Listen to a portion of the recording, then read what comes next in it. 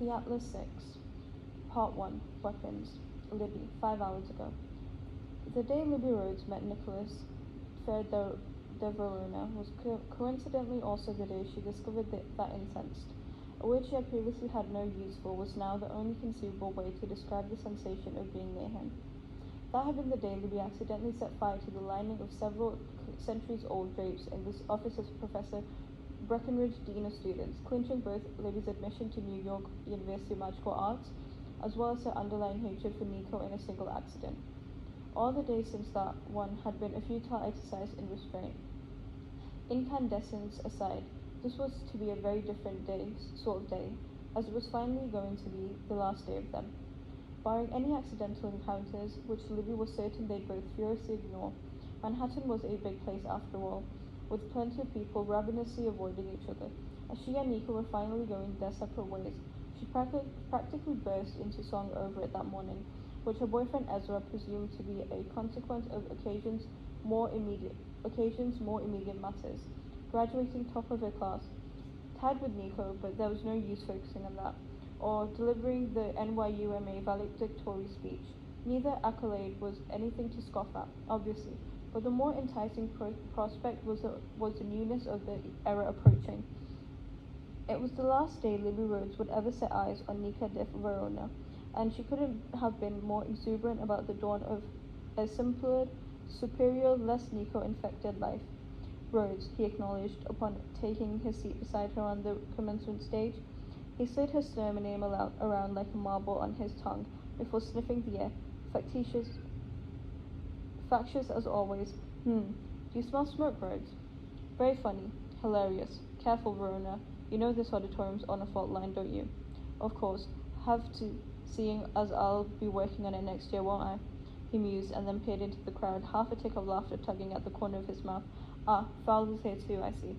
Libby bristled at the mention of Ezra. Why wouldn't he be here? Oh, no reason, just thought you might have leveled up by now, Rhodes.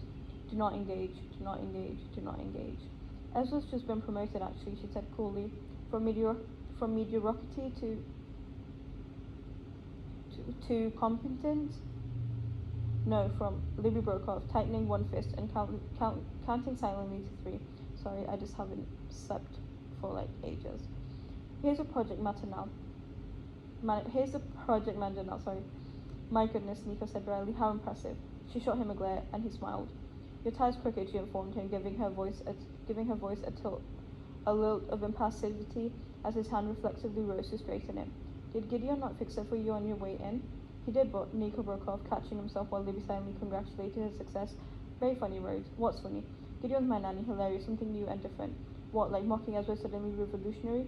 It's not my fault the subject of Fowler's inadequacy is evergreen, Nico replied, and were it not for the fact that they were in front of all their classmates and a great number of their faculty and staff as well, Libby would not have paused for an additional centering breath, and instead entertained whatever her abilities compelled her to do.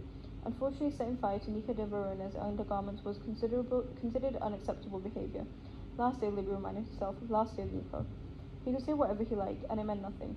How's your speech? Nico asked, and she rolled her eyes. Like I discussed it with you. Why on earth not? I know you get stage fright. I do not get another breath, 2 breaths, for good measure.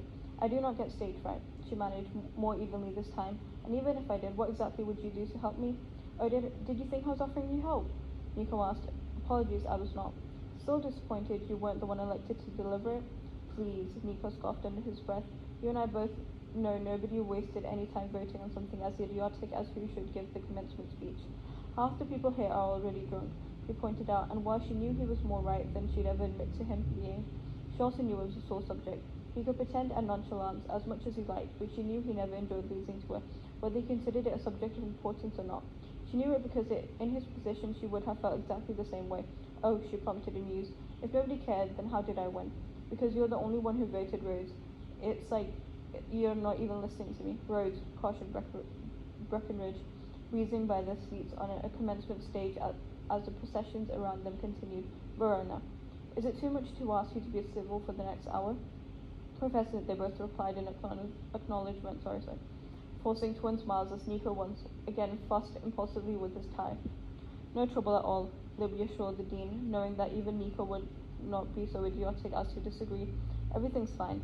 Breckenridge arched a brow. Morning going well then? Swimmingly, said Nico, flashing her one of his charming smiles. It was the worst thing about him, really, that he could be such a non-headache with everyone who wasn't Libby. Nico de Verona was every teacher's favorite. When it came to their peers, everyone wanted to be him or date him, or at very least befriend him. It was highly distant, extremely generous sense. In some highly distant, extremely generous sense, Libby could see how that was understandable. Nico was enormously likable, unfairly so, and no matter how clever, talented Libby was, students and faculty alike preferred Nico to her. Whatever gift it was he had, it was like Midas, the effortless turning of nonsense to gold. More reflex than a skill, and Libby, a gifted academic, had never been able to learn it. Nico's brand of easy charm had no metric for study, no identifiable markers of finesse. He also had a monstrous capacity to fool people into thinking he knew what he was talking about, which he resolutely did not. Sometimes maybe, but certainly not always. Worse than anything, Nico happened to be a person who was what he had, which was the job Libby had really wanted. Not that she'd ever admit it. Sure, being hired as the best magical venture capitalist firm in Manhattan was no small thing. She'd be providing funding to innovative media and technology, able to choose from a portfolio of exciting ideas with massive potential for growth and social capital. Now was the time to act. The world was overpopulated, resources drained and overused, alternative energy sources more imperative than ever. Down the line, she could change this very structure of median advancements, could choose their startup or that to alter the progression of the entire global economy, and she'd be paid well to do it, too. But she'd wanted the research fellowship at NYUMA, and that, of course, had gone straight to Nico. As Breckenridge took a seat, and Nico decided to pretend at reasonability.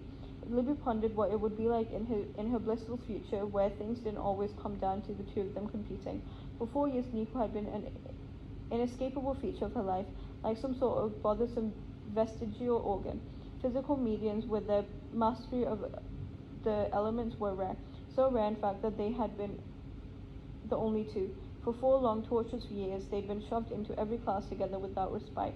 The extent of their powers matched only by force of their mutual antipathy. For Nico, who was used to getting his way, Libby was purely an annoyance. She found him smug and arrogant from the moment they met, and had hesitated to tell him so. And there was nothing Nico de Verona hated more than someone who didn't adore him on sight. It was probably the first trauma he'd ever suffered. Knowing him, the idea that a woman could exist who didn't worship at his feet must have kept him up at night. For Libby, however, things were far more complex. For all that their personalities clashed, Nico was something far worse than just an average asshole. He was also an obnoxious classist reminder of everything Libby failed to possess. Nico came from a family prominent medians, and had trained privately from his opulent palace, she assumed, in Havana since he was a child. Libby, a Pittsburgh native whose suburban lineage had no medians or even witches to speak of, had planned to go to Columbia until NYUMA via Breckenridge intervened. She had known nothing of basic median principles, starting off behind in every aspect of magical theory, and had worked twice as hard as everyone else, only for that effort to be dismissed in favor of, yes, that's very good, Libby, and now, Nico, how about you try? Nico de Verona would never know what that felt like. Libby thought again, as she had countless times. Nico was handsome, clever, charming, rich. Libby was powerful, yes, equally as powerful, and likely to become more so over time, given her sense of discipline.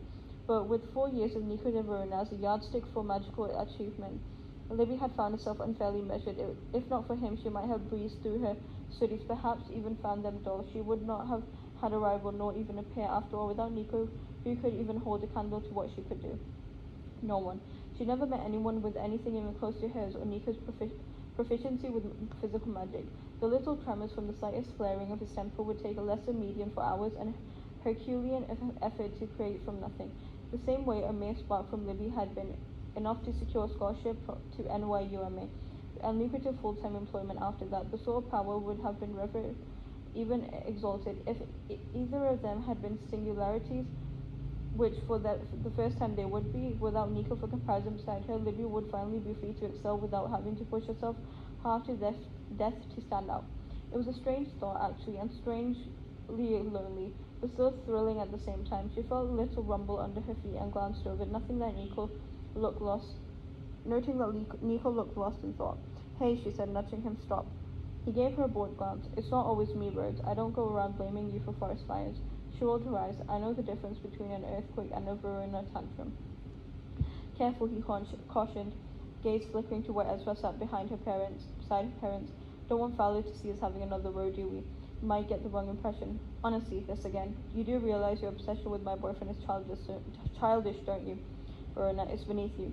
I don't realize you thought anything was beneath me, Nico replied lazily. Across the stage, Breckenridge shot them a warning glance. Just get over it, Libby muttered. Nico and Ezra had loathed each other during the 2 years they'd all been at NYUMA, together before Ezra graduated, which happened to be a separate matter from Nico's opposition to her. You never have to see each other again, she amended belatedly. Never have to see each other again. Don't make it sound so tragic, Rhodes. She shot him a glare, and he turned his head, half smiling at her. Where there's smoke, he murmured, and she felt another rush of loathing. Verona, could you please to introduce your co-valedictorian, Elizabeth Rose, came the voice of commencement announcer as Libby glanced over, realizing that the entire audience was now staring expectantly at her. Ezra gave her a little frown from the crowd that suggested she had observed her bickering with Nico yet again. She forced a smile, rising to her feet, and gave Nico's ankles a kick as she went. Try not to touch her hair, was Nico's parting benediction, muttered under his breath, and of course intended to make her fixate on her bangs, which for the entire 2 minutes of her prepared speech threatened to fall into her eyes, one of his lesser magics getting underneath her skin, and by the time she finished, she wanted very badly to kick him again, falling into a seat and reminding herself how marvelous life was going to be in approximately 20 minutes. When she would be free of him forever. Well done, you two, Breckenridge said wryly, shaking his hands as they departed the stage, an entire commencement ceremony impressive. Yes, we are very impressive, Nico agreed in a tone that Libby would have slapped him for, only Breckenridge gave a low chuckle of amusement. Okay, well, I'm going to be stopping here and I'll finish this chapter or part later.